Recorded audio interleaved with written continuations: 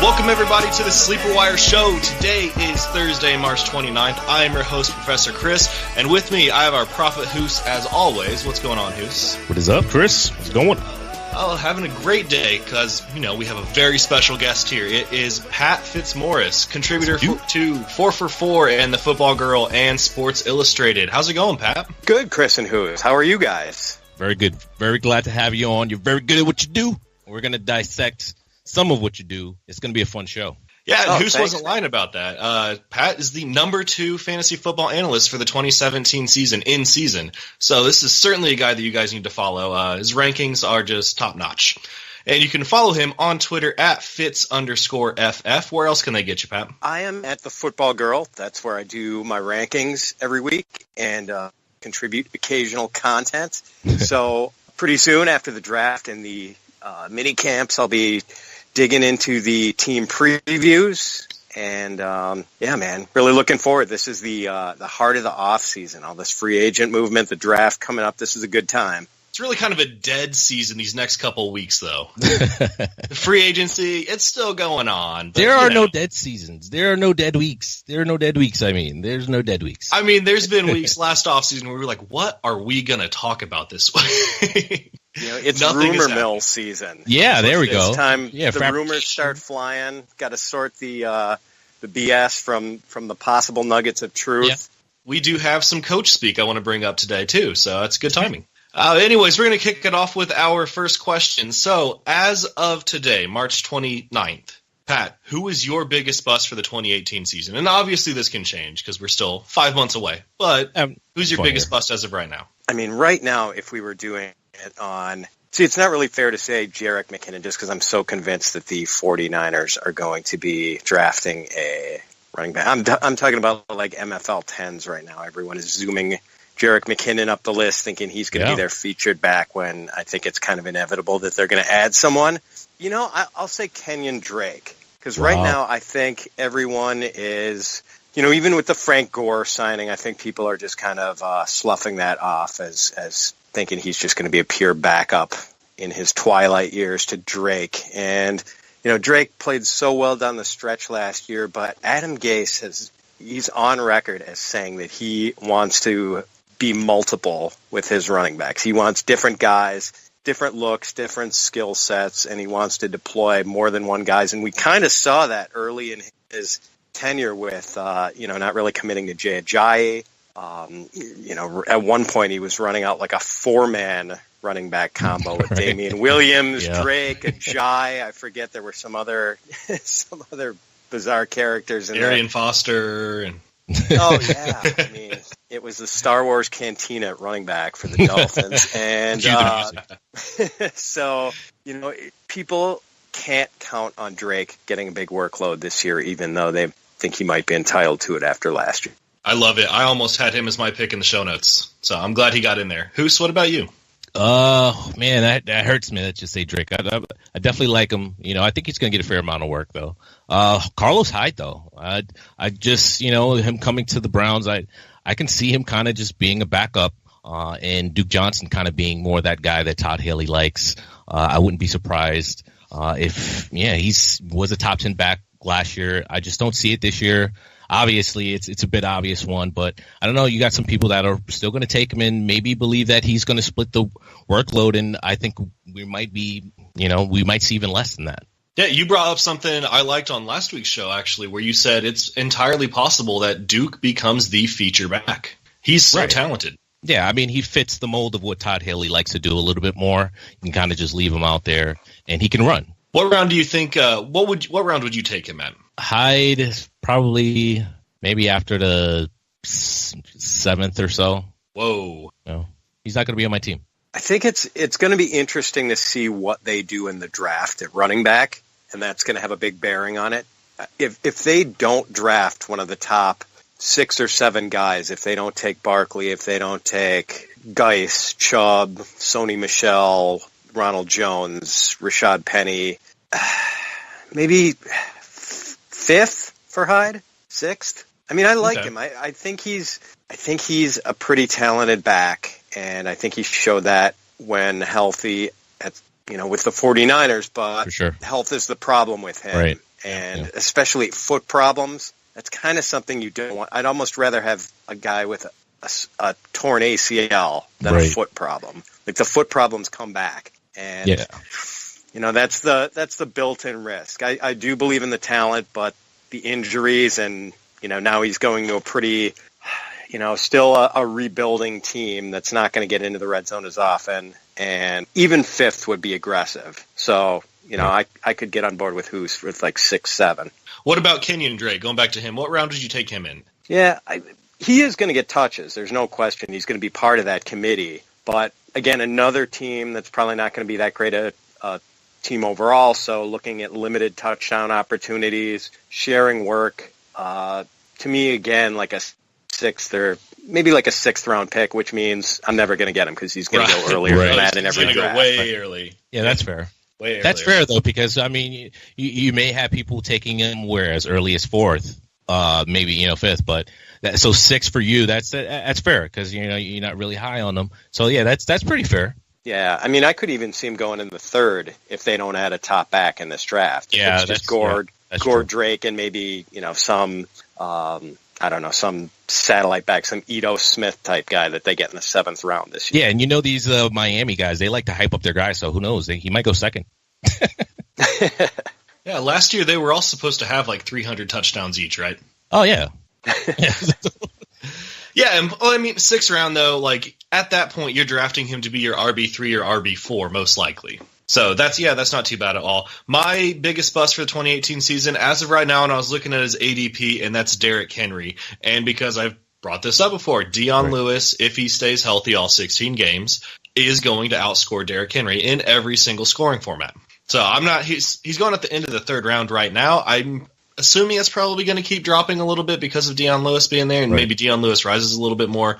But Henry feels more like a sixth or a seventh round pick once again to me. Just Dion Lewis there just makes me want no part of Henry as my starting running back. Yeah, I can get on board with that. I think people were hoping that the dispatching of DeMarco Murray was going to open the door for Henry, and Lewis coming in kind of puts Henry right back where he was last year, and he was not a fun guy to own. No. In leagues last year. Like, you wanted to start him every week, and then every week he would wind up with like the 40 yards on 9 carries, and he was definitely a tough own last year. And Lewis is probably going to play less than half the snaps, but he's probably going to be way more productive in a per snap, per touch basis than Henry will. And having to share that much work with someone else is really going to cap Henry's value.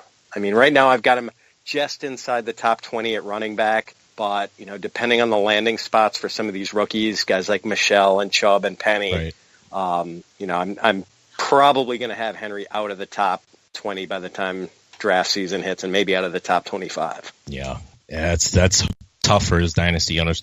And I mean, you could totally see him maybe getting some rushing touchdowns, but at the same time, I mean, Dion Lewis had 6 last year.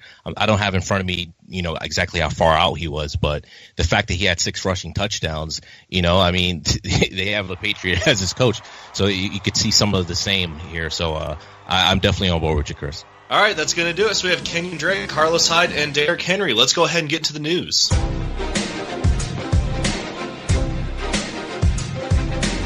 All right, kicking it off, the NFL has released their rule changes for the 2018 season, and some of the significant ones. They have once again redefined what a catch is. So yes, Cowboys fans has caught it. Yes, Patriots fans, you should have lost due to Jesse James and Austin Seferian-Jenkins last year. Control of the ball, 2 feet or another body part down, and a football move, such as a third step, reaching or extending for the line to gain, or the ability to perform such an act. So they basically got rid of the going to the ground part. Yeah, so this is great for fantasy, right? I mean, Thielen scores that touchdown.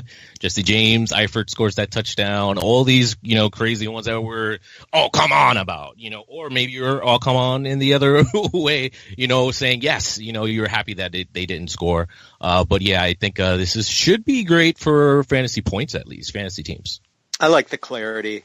The football, I think the football move thing is still going to be a hang up in the interpretation of that, but this will help. The going to the ground thing that just got messy last year. Yeah, but at least they did specify a couple examples of a football move. Sure. So they could have left that out, and then it still would have been completely open to interpretation. But I do like getting rid of that part of the rule, so I think that's going to be better for fantasy in general. They also eliminated the requirement that if a team scores a game-winning touchdown at the end of regulation, then they don't have to kick the extra point or go for two.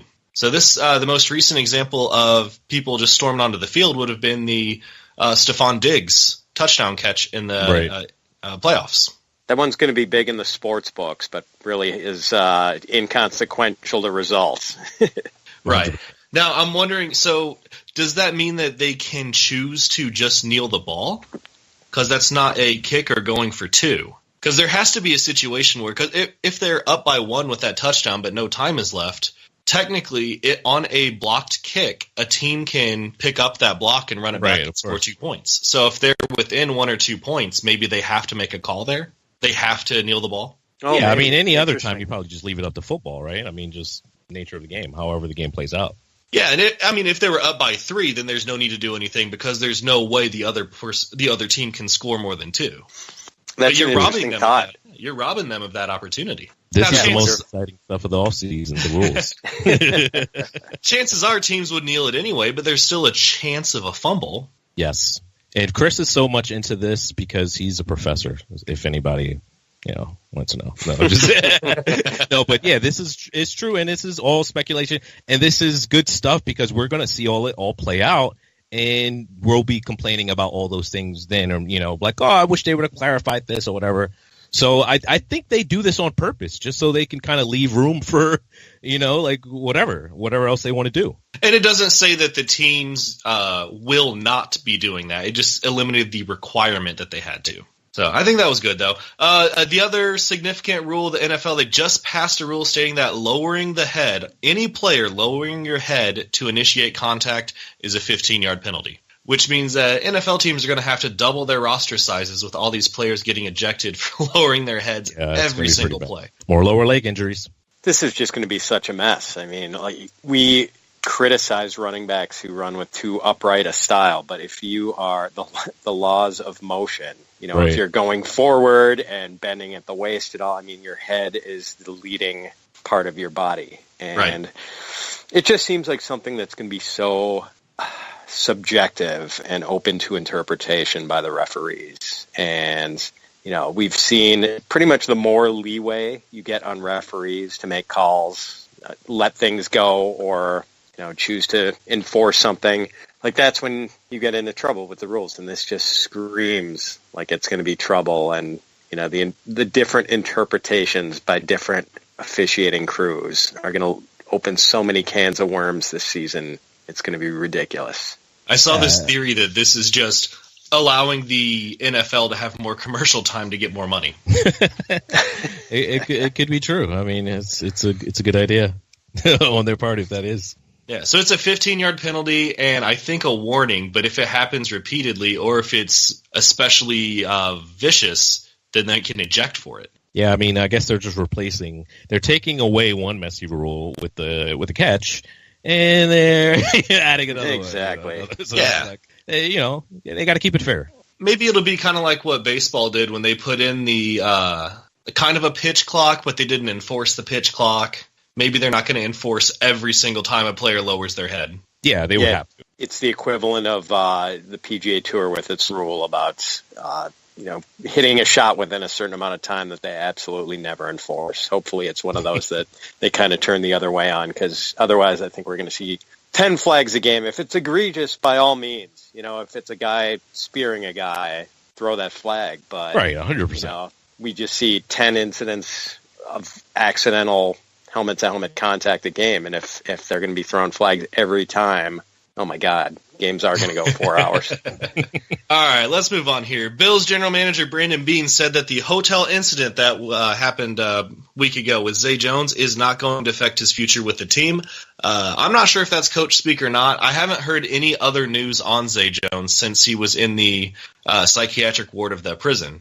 What about you, Pat? I have not heard any updates on this. I was kind of mildly optimistic for him this season, just because it seems like he's going to be in a role where he can produce and get some targets. But yeah, I'm anxious to see what else surfaces with this whole thing, or whether it's the last we hear of it until training camp. We're just going to pass the facts. The coach speak here, not going to affect his future with the team.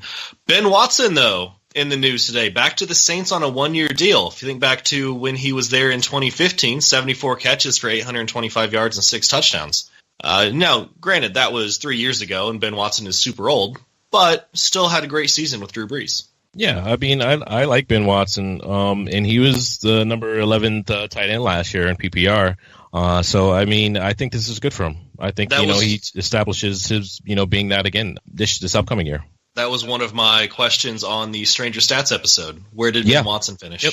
So I guess we can shovel dirt on Kobe Fleener once and for all. I guess. What did he even do last year? I mean, Josh Hill down the stretch was getting more snaps, like almost every game. So, now if it's a three-way tight end timeshare, and, for a team that I don't think uses all that many 2 tight end sets, I think Fleener is pretty much done as far as fantasy relevance. I wouldn't be surprised if the guy retires. I mean, didn't he get I feel like he had a lot of concussions, or am I wrong? Oh, wow. He had one November 26th. That might have been he was placed on IR after that. Yeah, he didn't get a target after week 12, so he was ruled out for week 13, then missed the rest of the season. Yeah, so Fleener, man, these guys, like this is why all this stuff with these head injuries, like I guess maybe this is why with the rule changes, maybe there was a numbered amount of concussions last year. I don't know, But then again, at the same time, this is super not fantasy relevant for Kobe Fleener, so I think we should move on. Yeah, for sure. Oh, all right. Yahoo Sports' Jordan Schultz stated that he anticipates the Cowboys will release Dez Bryant after the NFL draft. This is kind of big news. Is it? Dez, come to the Colts. Is this big news, Pat? I mean, I feel like a lot of people have been speculating about this, but is this... I don't know if this is news. I feel like a lot of people have been speculating about this for a while, and I don't know. Yeah, I guess the newsy part of it is that he seems to consider it such a lock, and right. Like I get the impression that he's got a reliable source on this, although it's not, clear.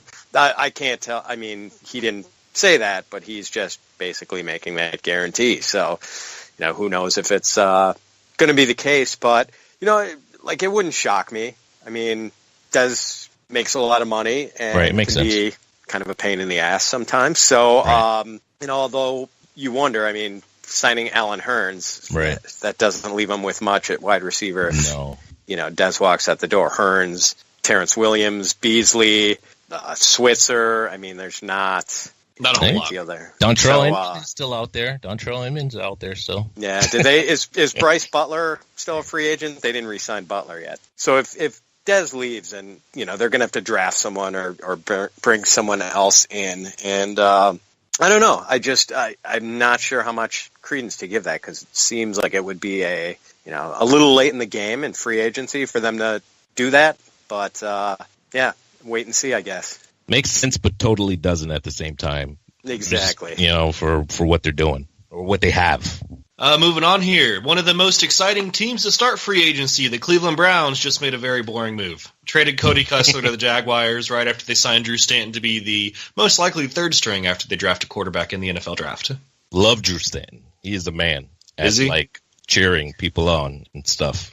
He's like Matt Flynn. Yeah. Just keeps getting paid to be a backup. He's, this guy's getting his money. He's a good guy to cab around, apparently. The funny thing is, I think if I would have been in some sort of NFL information blackout, like where I only watch college football, never watch the NFL, if you would have asked me, like, now not having any idea what's gone on in the NFL for the last 7 years or whatever, who would have been the better Michigan State quarterback in the NFL, Stanton or Kirk Cousins? I think I would have said Stanton. Right. I thought he back was then, better. yeah, absolutely. Right. I thought he was the better Michigan State QB for whatever that's worth. So you don't want me as your scout or GM, I guess, apparently. So you're going to stick to the NFL then? That's right. All right. Evaluate them when they get here. All right. The Giants are listening to trade calls and talks for Odell Beckham Jr. OBJ, he straight up said, I'm not taking another step on the field without a new contract extension.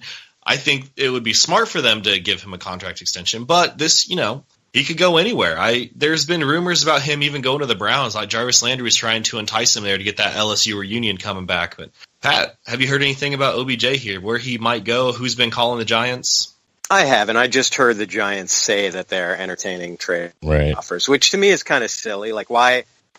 I would just try to sort it out privately with Beckham and his agent as much as possible, and just not bother. I don't know what sort of leverage you think you're getting by saying that he's on the market, and that floating rumors that it's going to take 2 firsts, which you're probably never going to get. And I don't know. I don't presume to have much in the way of life's wisdom to offer people, but a lot of the times I think you're just better off shutting up than saying something stupid. I think the Giants are making a mistake by engaging in this back and forth with Beckham through the media and saying that he's available. I think that's a bad way to handle it.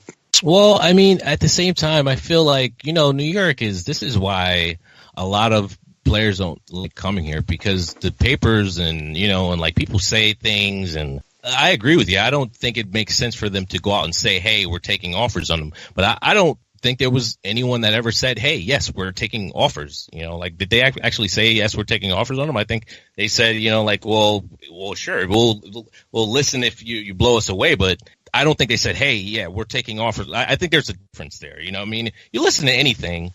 And it's true. No player should ever be untouchable. If someone says, hey, I'm going to give you 3 first-rounders, not that that's going to happen, but if that happens, I mean, why wouldn't you entertain a thing? I really see Odell still being a Giant, and, of course, a lot of that is my fandom talking at the same time. But, I also just – I don't know. I feel like it's much ado about nothing.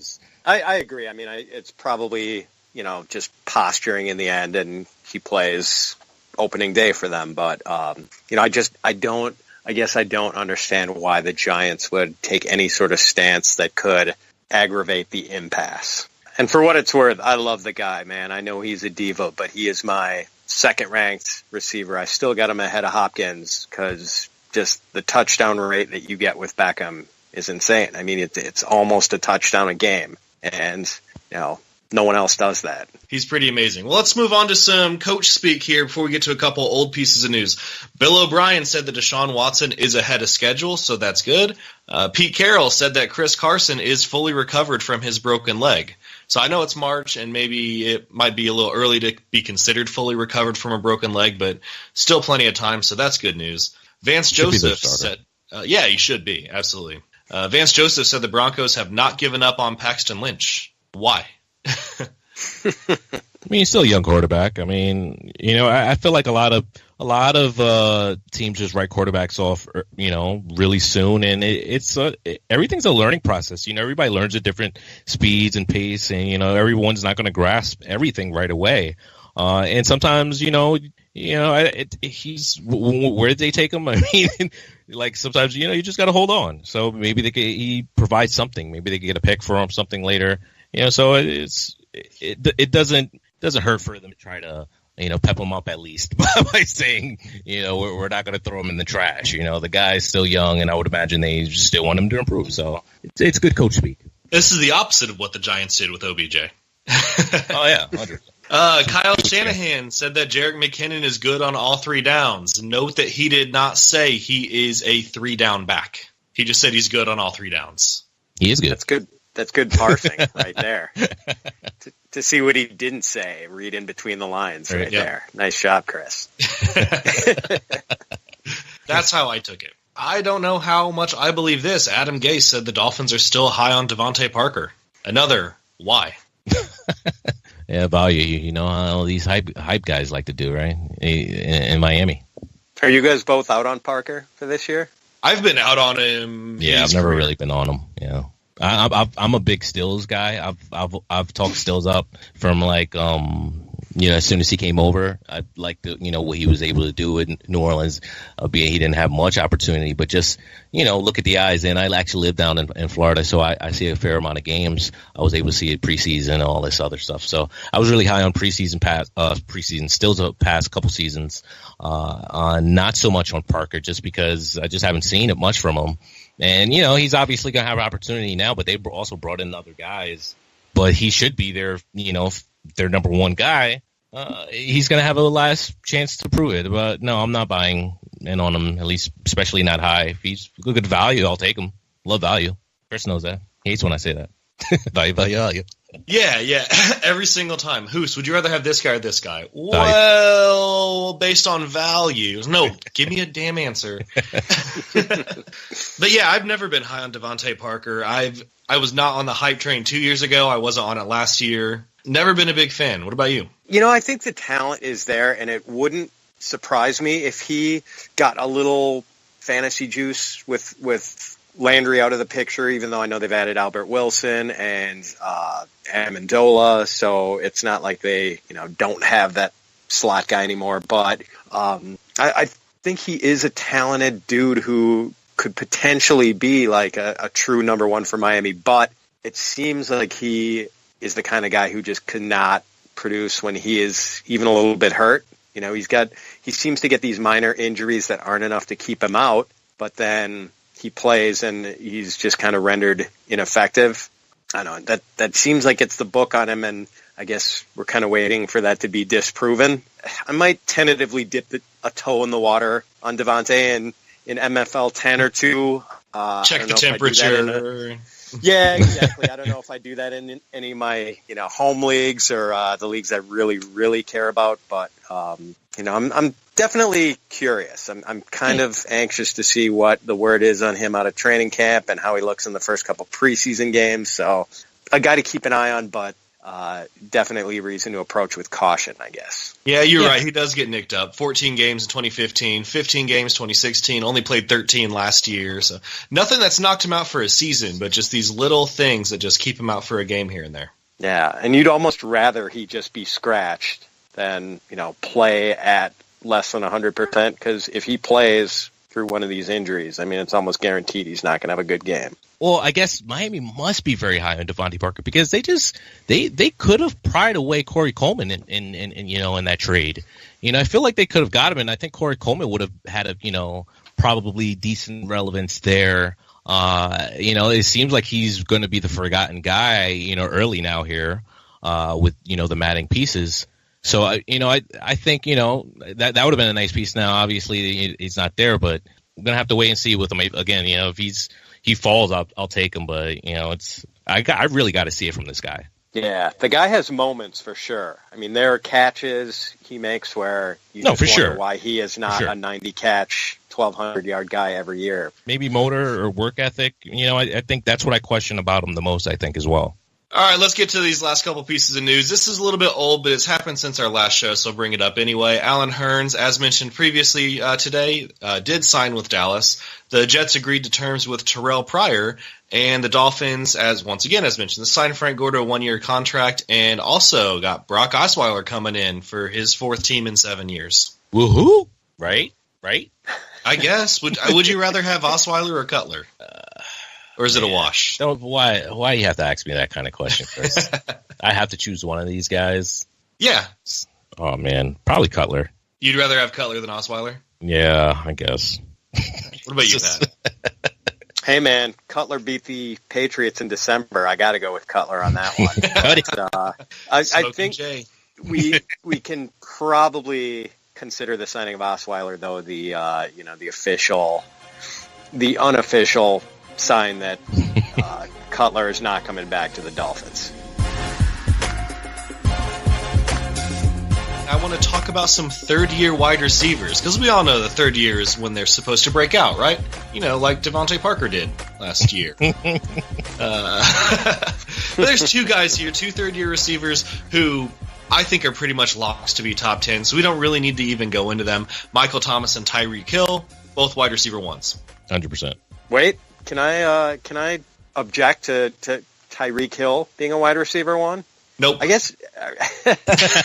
Are you guys sure about that now that Watkins has come over? Like, I do not like what that does, what the Sammy Watkins signing does for Tyreek's stock. I mean, I think it's got to cut into his targets a little bit. And, I had my doubts whether Tyreek was capable of being a true wide receiver one last year, and he proved me wrong. So it's really not ability that I'm questioning, but it just scares me now that they've got another receiver who can be almost the same kind of receiver in a way and make big plays down the field. I feel like that signing was really bad for both of these guys, and I think instead of Hill being a 1, I think he's a 2, and Watkins is probably a 3.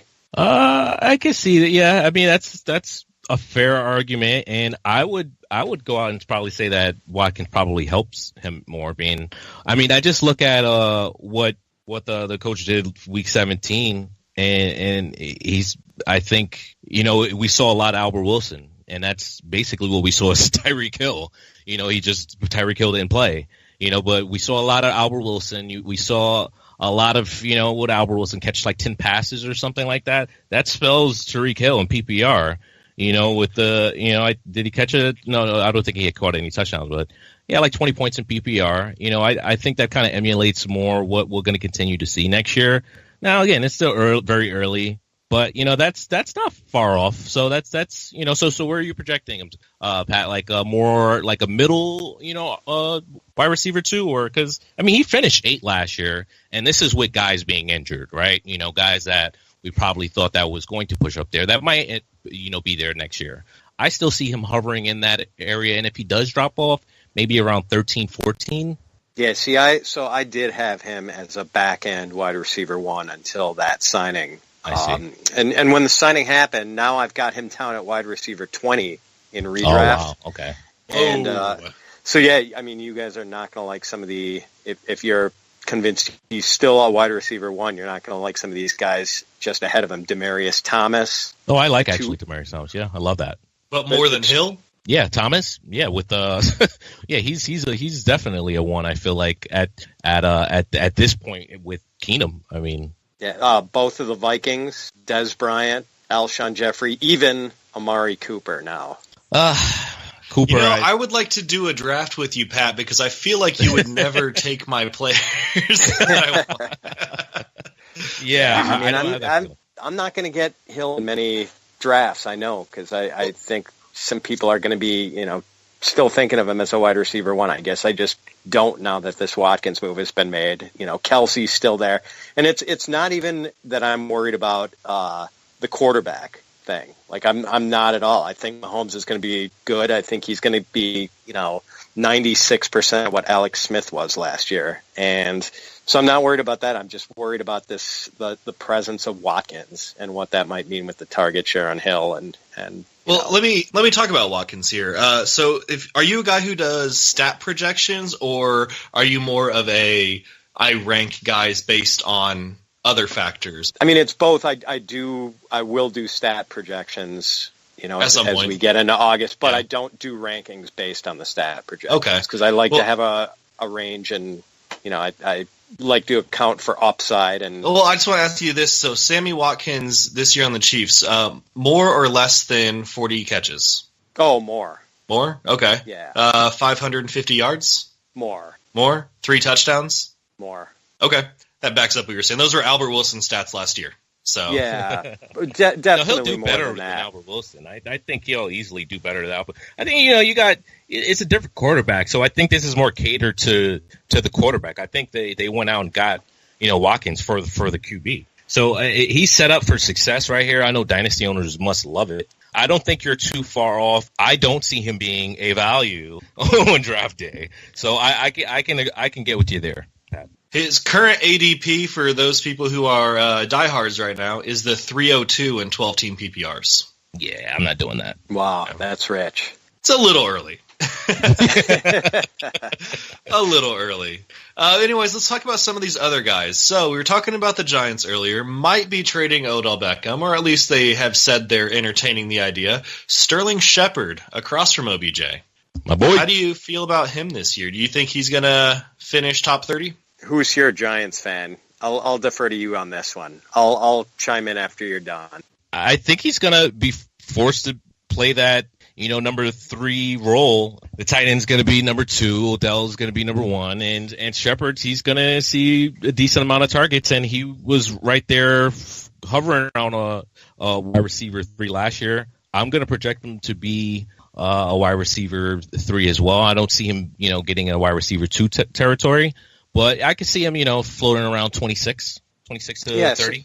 I mean, I think that's well within the range of outcomes. I think, let's see, right now I got him 38, which, just out of 3 territory. But, I think that OBJ and Ingram are going to, limit his looks a little bit.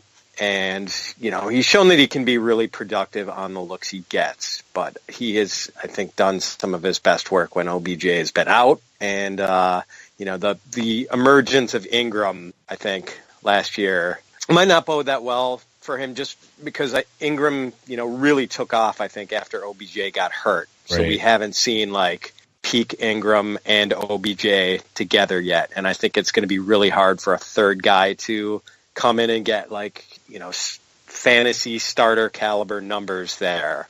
Shepard as a player has really grown on me, but I'm always keeping an eye on target competition on a roster. And even if I like a guy like Tyreek, if the numbers don't bear out that a guy can be what he has been just because of new target competition, then I got to dock him a little bit. Yeah, and I just feel like based off of the coach, I think Shermer's shown that he's can supports 2. I mean, Diggs was finished 19. Now, I'm not saying he's going to finish Diggs territory. I think Stephon Diggs is a better player. But Stephon Diggs entered year 3 last year, I believe, right? So he had his breakout, and I wouldn't be too surprised to see Sterling Shepard. Where I have him right now, I think that's fair. I wouldn't be surprised to see him break into the 2 range at moments during the season, and if he can finish, kind of close to it. Yeah. One more thought on this. I mean, it's going to be really interesting if Saquon Barkley does go to the Giants because this guy is he's going to transcendent pass catching. Yeah, right. and he's. That's I think he's even better as a pass catcher than he is as a runner. So if you've got a David Johnson going to the Giants, that changes everything. Yeah, I mean, God, I might be in on Eli if that happens. Eli might be the most underrated quarterback there is if Barkley if Barkley goes to the Giants. It's going to be crazy. All right, well, let's talk about a couple other guys here. Let's move to Robbie Anderson. So we haven't really heard much from him since that, 10 different misdemeanor counts against him for his arrest and everything. Now, in Dynasty, I still think Robbie Anderson is great. 2-game suspension or a 4-game suspension, 1 season, I don't really care about that in Dynasty. But redraft, this is obviously a big deal. So coming into his 3rd year, where would you put him once he comes back? Is he a wide receiver 1 once he comes back? Oh, for the Jets or for fantasy? I mean, I don't think for fantasy. For the Jets, absolutely. For fantasy, once back. So I guess factoring in the suspension, I've got him in the 40s right now. Yeah, and so I mean, week 5 on. All right, in the third, I think wide receiver 3, a guy who you would happily flex most weeks. I think if he's playing, I think there is some off the field concern and suspension baked into my current ranking of him as 46, and that probably goes up at least 10 spots. Maybe more like 15 spots if he's just good to go, healthy, playing. He's probably top 30 or just out of the top 30. Yeah, I like it. We actually had him on our roster in the Scott Fish Bowl last year. We had a sleeper wire team. And Hus actually, I think you were during the draft, you talked everybody into picking him. Yeah, you hated him. And he was amazing. Yeah. Oh, that is a money pick. Yeah. That's really nice.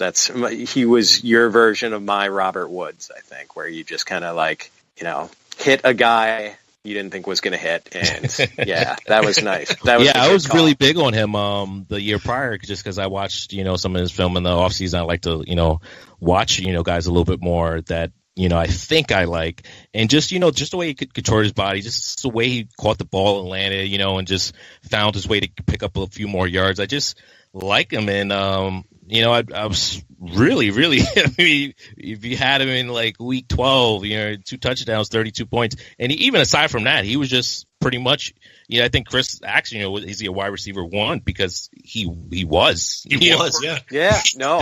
He legit was, for midway through the season, he was. Like, you couldn't get him in a trade, unless you were giving up Julio Jones, who was having a bad season, having a bad year. So we're like, all right, dude, I give you Julio for him. And you're like, no, I'll keep Robbie Anderson. He was that good at the stretches of the season. There was a league where I picked him up at just the right time before he blew up, and it was amazing how reliable he was on a week-in, week-out basis. And, you obviously remember how he had been late the season before when he actually managed to make Bryce Petty look good. Exactly. So you can do that. Right, exactly. I think and that was my argument for him. Yeah, exactly. The fact that more people didn't get on that, him making Bryce Petty look good. I mean, that was. He was getting 16 targets a game and only catching 4 of them. Yeah, and I think true. we do a great debates episode, and he might have been on one of our great debates, which where we argue for and against players. Chris came up with it, and I think Robbie Anderson was one of them, and I'm pretty sure that was one of Chris's sticking points. He was like, "Well, he has so many targets, he's bound to catch 4." It was our Halloween episode last year. We did Juju versus Robbie Anderson because both were available in more than 50% of leagues. Oh wow! So yeah, that was a really good one. Yeah, it was a good one. Yeah, it was a good show. Yeah. All right, one last guy here. Just want to bring up real quick. Are we going to see Kevin White play this year? He's still first on the depth chart. Oh man, so yeah, there's optimism. I feel like he's just one of these guys whose body is just not built for the NFL. I want to believe in him so much. Yeah, same here. I guess the reason I would maybe warn people off him, even if he makes it through the preseason unscathed, is that just when he has played, he has been a short area receiver, low yards per catch.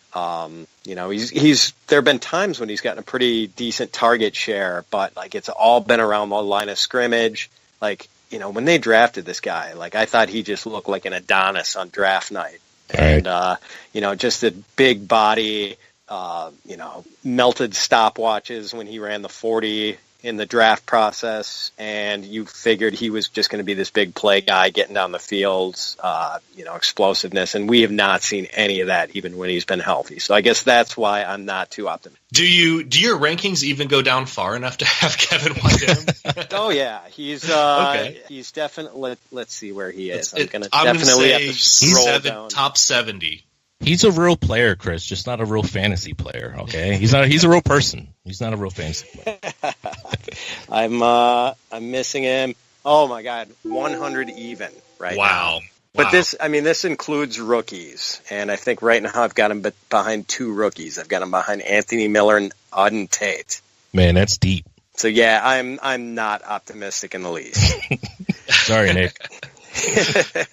All right, guys, let's go ahead and move into some quarterback rankings because, as I said before, we have the number 2 in-season analyst from 2017 when it comes to your in-season rankings. So I took a look at your quarterback rankings earlier today, and your top 10 are basically the standard top 10. But I want to ask you a couple questions here. Andrew Luck at 19.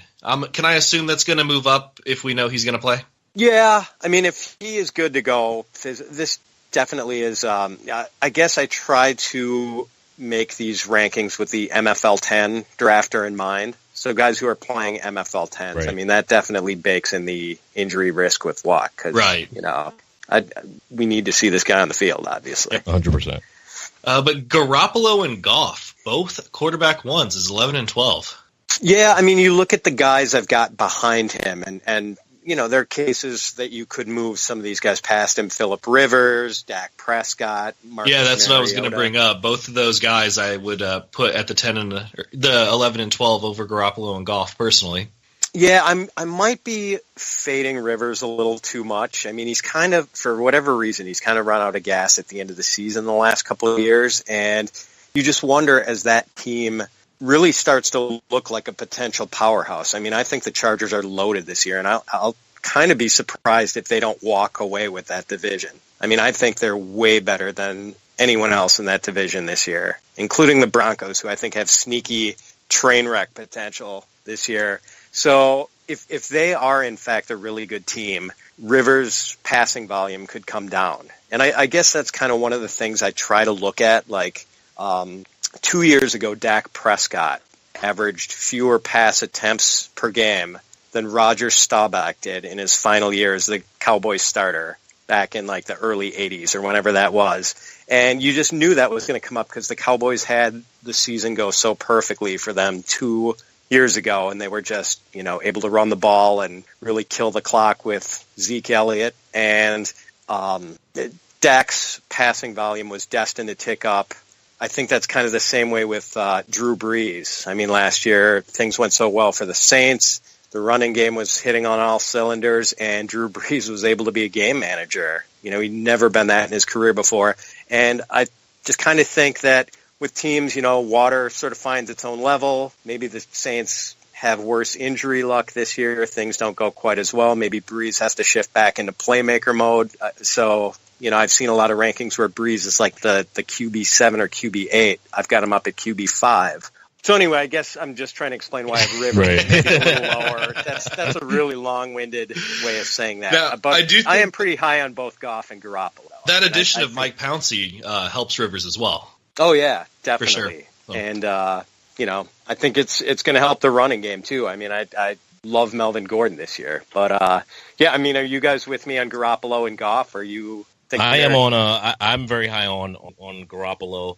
Goff, I feel, can, he's going to interchange. And I think, look, we all look at these quarterback ones. The difference between, quarterback 12 and the quarterback 16 or 17 is like a point and a half, on average. Oh, yeah. All these guys can interchange fairly. So I think if you have a guy in 12, anywhere from 12 to maybe 16, I think you could kind of interchange all of these guys. Matt Ryan might enter back in there. Who knows? He was 15 last year. He could have a bounce back. So I mean, it's a lot of guys that that can interchange. I do like Goff a lot. I'm higher on Garoppolo. I think he has a chance to be a top top 6. I would move Jack and Rivers up into the top 10. Maybe bump those guys down a couple spots. I don't really like Dak as much. Watching him in his second year.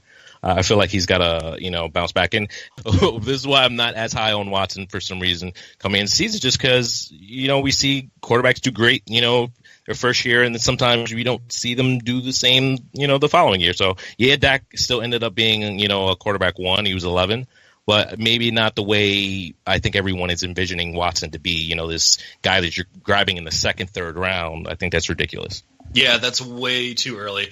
Just so you guys are caught up, quarterback rankings from Pat. We have Aaron Rodgers, Russell Wilson, Tom Brady, Cam Newton, Drew Brees, Carson Wentz at 6, Kirk Cousins, Deshaun Watson, Matthew Stafford, Ben Roethlisberger, Garoppolo, Goff, Mariota, Prescott, Rivers. There's your top 15 right there. Yeah, like Hus was saying, with the small gap between Goff at 12 and you said 16. I think it could even be.